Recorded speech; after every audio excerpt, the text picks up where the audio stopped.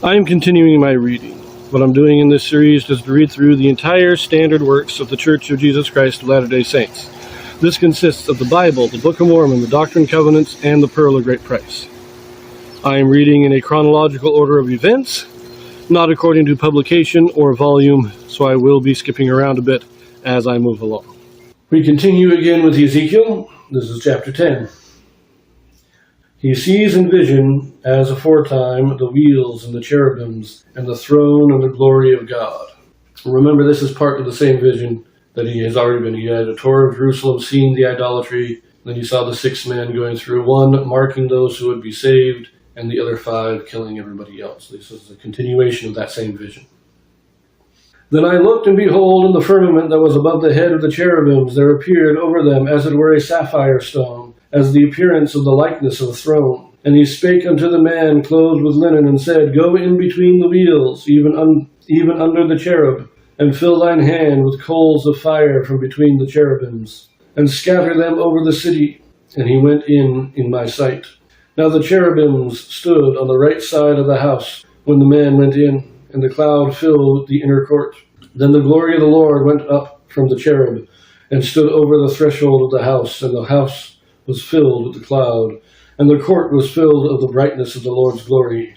And the sound of the cherubim's wings was heard even to the outer court, as the voice of the Almighty God when he speaketh. And it came to pass that when he had commanded the man clothed with linen, saying, Take fire from between the wheels, from between the cherubs, then he went in and stood beside the wheels. And one cherub stretched forth his hand from between the cherubims unto the fire that was between the cherubims, and took thereof, and put it into the hands of the man that was clothed with linen, who took it and went out. And there appeared in the cherubims the form of a man's hand under their wings. And when I looked, behold, the 4 wheels of the cherubims, one wheel by one cherub, and another wheel by another cherub, and the appearance of the wheels was as the color of a beryl stone. And as for their appearances, they 4 had one likeness, as if a wheel had been in the midst of a wheel. When they went upon their 4 sides. They turned not as they went, but to the place whither the head looked, they followed it. They turned not as they went. And their whole body, and their backs, and their hands, and their wings, and their wheels were full of eyes round about, even the wheels that they 4 had. As for the wheels, it was cried unto them in my hearing, O wheel. And every one had 4 faces. The first face was the face of a cherub, and the second face was the face of a man, and the third the face of a lion, and the 4th the face of an eagle. And the cherubims were lifted up. This is the living creature that I saw by the river of Chebar. And when the cherubims went, the wheels went by them, and when the cherubims lifted up their wings to mount up from the earth, the same wheels also turned not from beside them. When they stood, these stood, and when they were lifted up, these lifted up themselves also, for the spirit of the living creature was in them. Then the glory of the Lord departed from off the threshold of the house, and stood over the cherubims. And the cherubims lifted up their wings, and mounted up from the earth in my sight. When they went out, the wheels also were beside them, and every one stood at the door of the east gate of the Lord's house, and the glory of the God of Israel was over them above.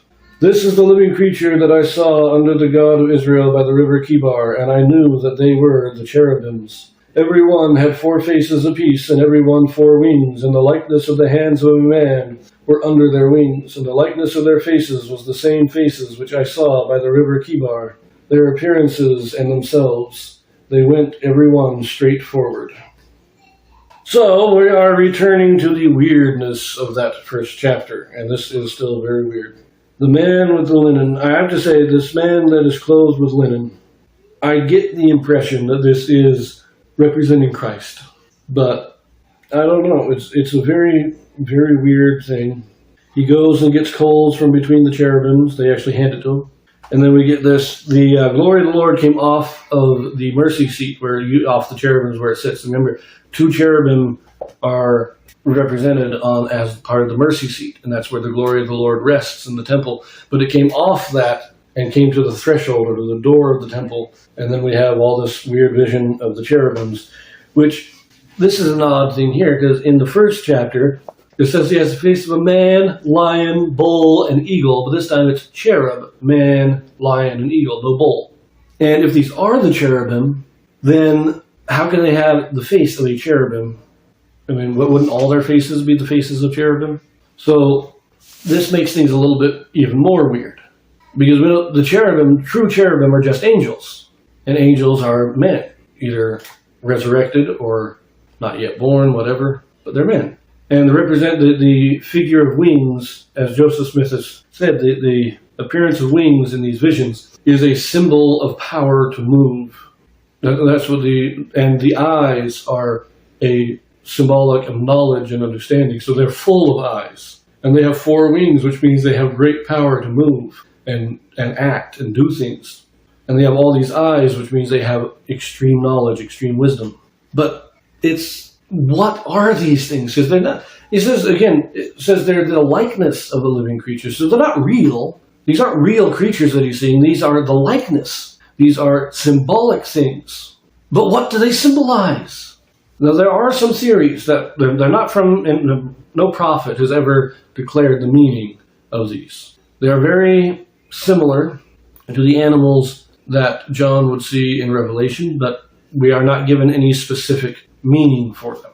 As I said, Joseph Smith said that in vision, angels with wings symbolize the power to act and move, and a vision of eyes represents the knowledge and understanding. But beyond that, we got no idea what this means. We have no definitive prophetic word on the meaning of these creatures. It's just weird.